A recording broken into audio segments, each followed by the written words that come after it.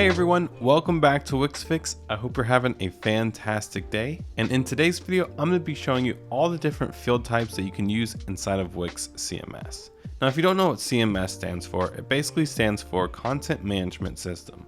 It's basically a database or a spreadsheet that has a bunch of different items to display on your website. For example, if we take a look at an e-commerce website like Target.com, and we scroll down, we're going to notice a bunch of different items here. They all have a very similar design, but all of the content inside of it is going to be different. Basically, all of these different items are inside of a spreadsheet or a CMS database. And if I were to click on one of these items, it'll take me to another page that gives me more information about this product. CMS is also sort of like a blog. So as we can see here, there's a list of a bunch of different blog posts. And if I click on one of these blog posts, it's going to take me to a page that gives me more information about this blog post, or it's just going to show the blog post. So the good thing about Wix is it has its own CMS built in, and it's pretty in-depth, and we have a bunch of different field types that we can use. So in this video, we're going to be covering those. Let's go ahead and get started. So if you've never set up CMS before, you can either come down to this icon called Content Manager, and we can go ahead and add a collection to the website. However, you might not see that. So if you don't see that, what you can do is come over to Add. There's going to be an option down here for Content Manager, and you might see an option to add to site.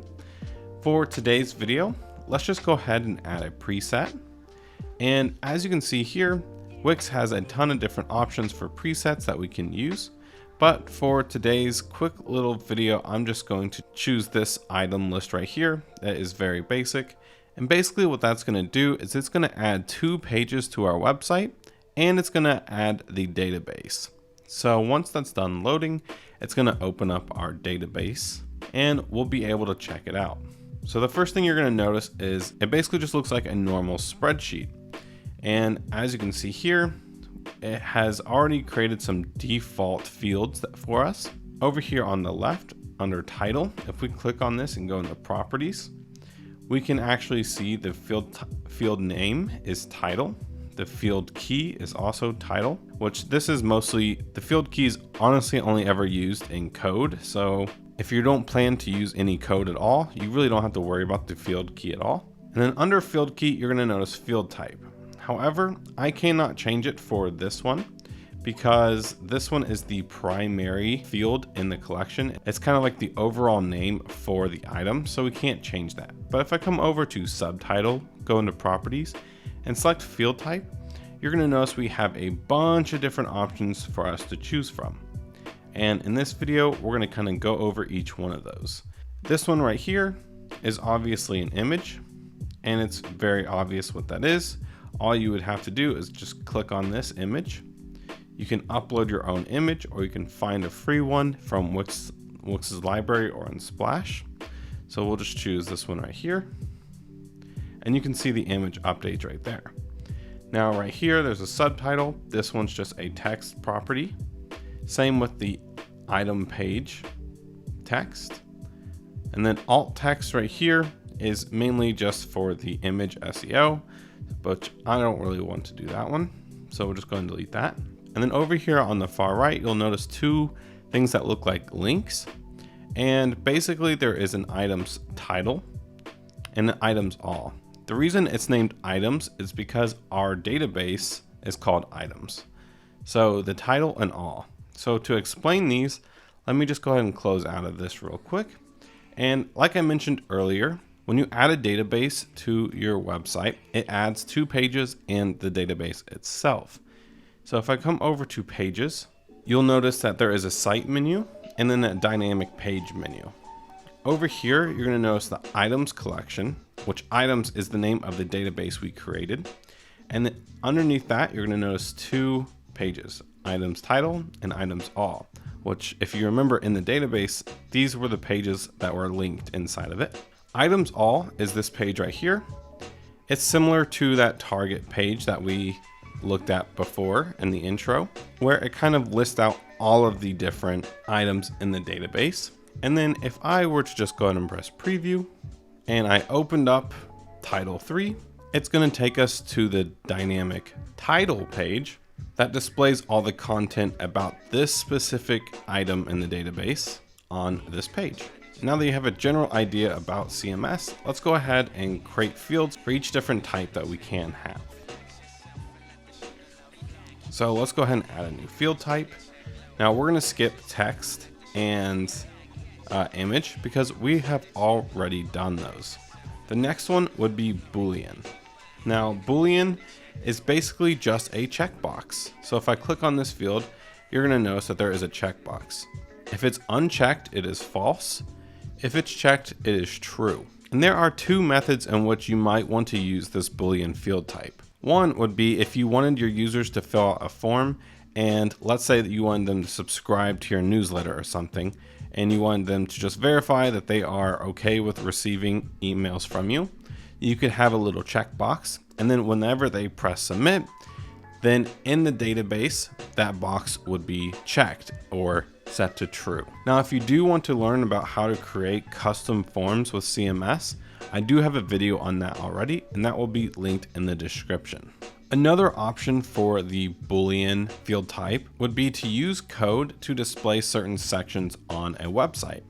So let's say if I open up this database real quick, you can see at the very end, I created a 1, 2, and 3 Boolean. So you can see right here on the project name active 1, section 1 can display. On active 2, 2 would display, active 3, 3 would display. And if we go back to the dynamic title page, you're going to notice I have a section named 1, a section named 2, a section named 3. So if I come over to active 1, this section 1 should be displaying. So if I just go ahead and press preview and I scroll down a little bit, you're going to see that section 1 is displaying on active 1. And if I go over to active 2, you're going to notice that section 2 is displaying on the page. So this method does require a little bit of code. If I open up this little code editor real quick, you're going to notice it does require a little bit of code. However, it's not too difficult. And once again, I do have a video on that already. So that will also be linked in the description if you want to learn how to use code and the Boolean field type. Okay, next let's go ahead and create a new field type. This one is going to be number. And just as it sounds, this one is going to be for a number. So you can press in a number. If you try to type in letters, if you can hear me try to type, it's not going to let you put any letters inside. This field is only for numbers. Now, you might be wondering, why exactly would I need a numbers field? And once again, there are a couple more options. Let's say you have another custom form on your website, and you want to allow your users to leave a review on one of your e-commerce products. So if they wanted to, if I press preview, they could, rate the product whatever they see fit. So if they click this 4 stars and then they press submit, inside of the CMS form, in the numbers field, you would see a 4. But let's say we also wanted to create a new collection. We're just going to add a quick little preset. Let's just add the team members. Now, of course, just like before, this is going to add those dynamic pages, and then it's going to open up the database. Now, with the database opened, if we scroll over to the right, we're going to notice there is a field by default in here called order. And this order is actually a number field type. And this controls the order in which your people display on your website. So let's say you want the CEO to be number 1 on your website. So he would be number 1 in the database. And let's say you have your president set to number 2. So you can set your hierarchy in which things display on your website. So if we come over to this Teams All page, you can see that the people that were 1 and 2 are set to 1 and 2 here. And to set that, all you have to do is come into the settings of this dataset icon. If we scroll down, you're going to see an option here for sort. And if we look right here, there is already a sort applied, and that's your order set to low to high. So if I go ahead and press edit, you're going to see that the field that they're choosing is order, which is the number field type. and it's set low to high. So that's basically how you can set the order to display on your website. So those are the two main methods for using the number field type on your website. Okay, next let's go ahead and move on to the next field type, which is date and time. Now this one is very self-explanatory. When you create this field, all you'll see right here is month, day, year, and then you can say hour, minute, and you can set PM or AM. It's honestly pretty easy. So you can just select a day, and then over here you can select a time. And it seems like for this one, it is literally in 30, you can only choose 30-minute intervals. However, if you set it yourself, you can set it to be whatever you want. So you can type in whatever time you want. However, this little box right here gives you 30-minute intervals that you can choose from to make it a little bit easier for most people. And then if we come over here and we just set this field type to time, once again, it is the same exact thing. You can type in your own time or choose one from this 30-minute interval. Next, let's go ahead and move on to rich content. Now, rich content is a little bit different than any of the other fields that we have seen so far, because when we click on this, you're going to notice a little box pops up. And if you've ever used Wix blog and you've used the blog post editor, this is basically the same exact thing as that. You can add text. If you wanted to, you could add images, videos, you can add a divider, you can upload files, you can embed code, you can add Instagram, Twitter, or TikTok videos. You can also change which type of text element you're using. So you can use one of your headings or paragraphs, you can bold it, you can quote stuff, link things, and down below, you also have the options of adding the images, embedding things and stuff like that. You can even embed a product from your Wix store, a service from one of your bookings, and even add an event from your website. So this is pretty cool. However, let me go ahead and show you how to display this on your website, because this is a little bit different. So let me just go ahead and add a quick little image here, just so you know I'm adding the correct thing. So let's just add this image right here. And this is how it's going to display. And before we actually show you how to add it to your website, I also just want to show you one more thing, because the cool thing is you can design this and the layout for this however you want. You can do an image first, like it's basically like the blog post. They don't all have to be the same exact layout. So, which is really cool. So we can have the image first and then text second. We can embed things on some and not on others. Like you can do whatever you want with rich content, which is why I really like that Wix added this to the CMS. But to add this to your website, let's go ahead and go to our items dynamic page for title. Let's just go all the way down to the bottom. And I'm just going to drag the strip down just a little bit like this. And what we want to do is come over to this content manager little button right here. We want to add content elements, and right down at the bottom, you're going to see a rich content field or a rich content thing right here. And it's going to add an element that looks like this. And all we have to do is connect this to our rich content field that we just created. And we'll notice if we go to one of the pages that we set up the rich content for, you're going to notice it looks like this. And then if we go over to the other one, which we set up for number 2, you're going to notice it looks like this, which is exactly what we had created in that rich content field. So in a way, if you didn't want to use Wix blog, their service for blogging, you could use Wix CMS and create your own custom blogging experience if you felt like it. But let's go ahead and move on to the next field type, which is rich text. So rich text is a little bit different than rich content, because this one is just text. There's no images, there's no embedding, there's nothing. So when I go ahead and click on this, you're going to notice a little box appears. And when we start typing, we're going to notice that we only have a few different options. We can only choose one theme. We can choose to bold some stuff, italic, underline. We can change the alignment, add bullets, and we can add links. That's basically it. And for this one in particular, if we go to number 3, what we can do here, if we just add out a normal text element,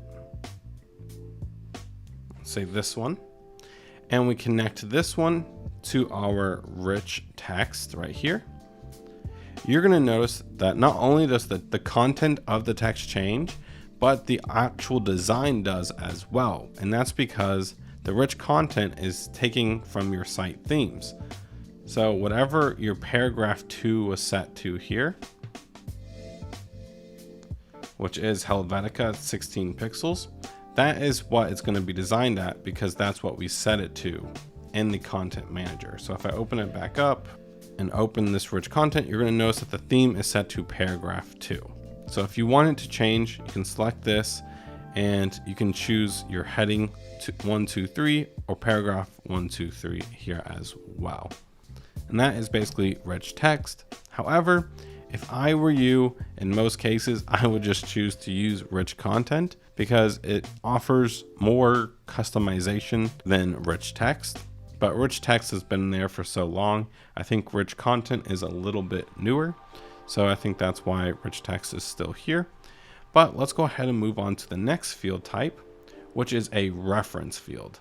So a reference field references another database or another collection. So if I reference this, let's say we want to reference the team database that we created. So we're going to call this one reference, just like that. And what we can do with this is we can actually select a team member from the team database. So let's just say Ashley Emerson, just like that. She is now connected to Title 3. Now you might be asking why you might want to reference things like this. In some cases, like maybe you want to create your own custom e-commerce store because maybe Wix's shop has some limitations, or you want your own custom design. So you might want to create your own product database, and you might want to reference the actual product from the Wix shop, or like the backend Wix products. So that's typically why I would use something like this. But let's go ahead and move on to the next one. And this one's going to be a multi-reference. And just like the name sounds, it is going to be referencing another database, which this one is team. And if I go ahead and press save, you're going to notice with this one, if we press the plus, we can actually add multiple people or multiple items from the other database. Now the thing about multi-reference is it actually creates a link in the team database as well. So as we can see here, we have connected Ashley Emerson, Brad Greco, and Kelly Parker to Title 3. And if I go back to our team database and I scroll all the way to the end, you're going to notice that it created a new field type in this database that is a multi-reference field that references the items database where we created this multi-reference field. And the cool thing is if we look right here, we're going to notice that Title 3 is on Ashley Emerson, Brad Greco, and Kelly Parker. Those are the 3 people we added to Title 3 in the items database. So it's kind of cool that you can create a multi-reference and it creates a new field type in the other database as well. Now you might be wondering why exactly you might want to do something like that.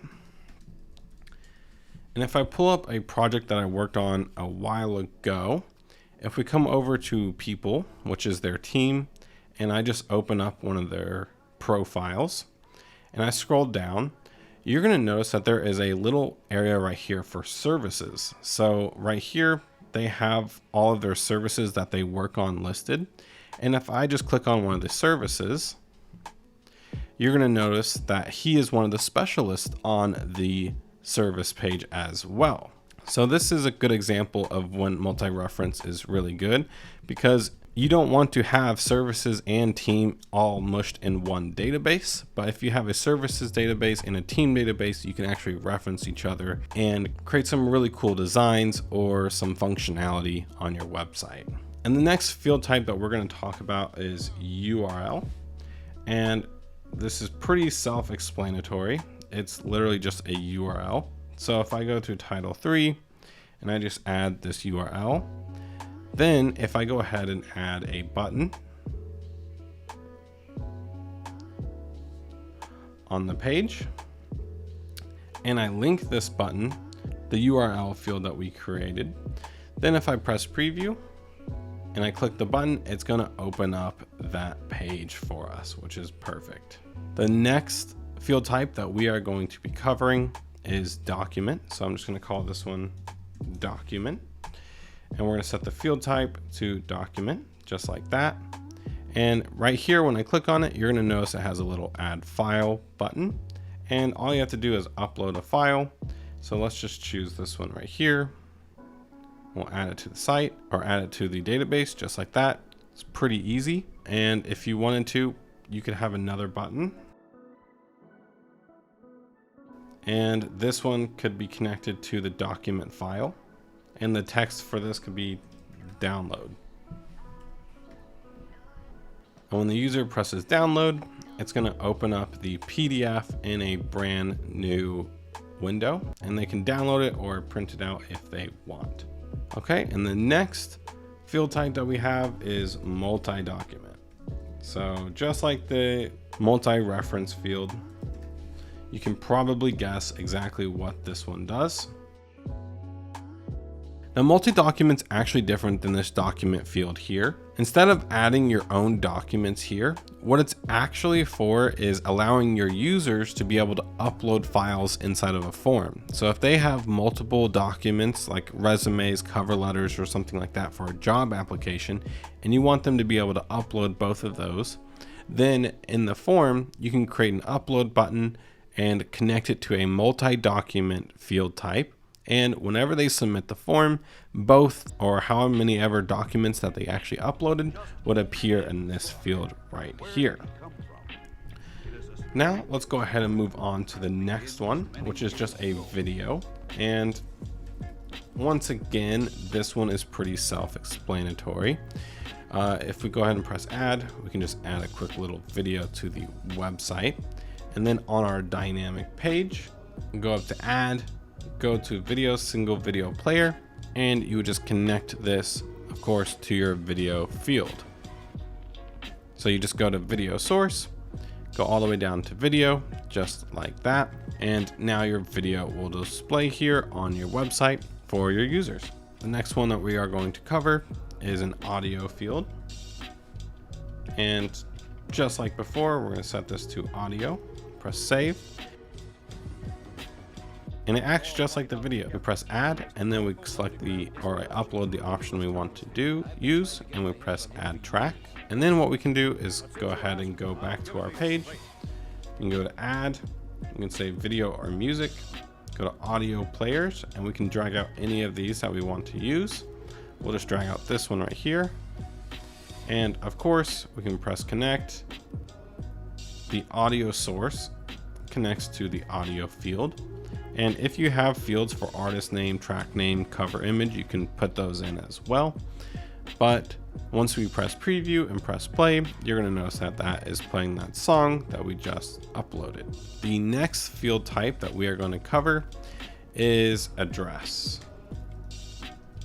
Now, this one is pretty self-explanatory. You can just insert an address to anywhere that you want. And the cool thing is you can display that as a text element if you want, but you can also go down to contact and forms, do maps, and you can just drag out a map onto your page. Just like this. And you can actually connect the location to your address field right here. And then if you have fields for the title, description, the pin, and all that kind of stuff, you can do that as well. Okay, the next field type we are going to cover is tags. Now this one is probably one of my favorite ones to use because this one is great for coding and stuff like that. If you're doing like drop down menus and search options, you know, this is really great for allowing your site to be a little bit more searchable from inside the site. Let's say title 3 is about Wix, CMS, and maybe title 2 is about Editor X, responsive, and web design. You know, and then what we can do is come over to these other ones. Let's say this one's about Editor X and CMS. So you can create your own tags and it will help your website with drop downs and stuff like that if you ever do that kind of stuff in the future. And I actually really do like using tags quite a bit on websites. Now, the next thing that we are going to be covering in this video is actually media gallery. We're actually going to skip array and object because these things, to be 100% honest with you, I don't understand how to use them. I know array and object are JavaScript terms, so I assume they have things to do with JavaScript and APIs and all that kind of stuff, which I would assume 99.9% of the time you won't need to use this. In fact, I have looked up how to use these and I couldn't really find anything.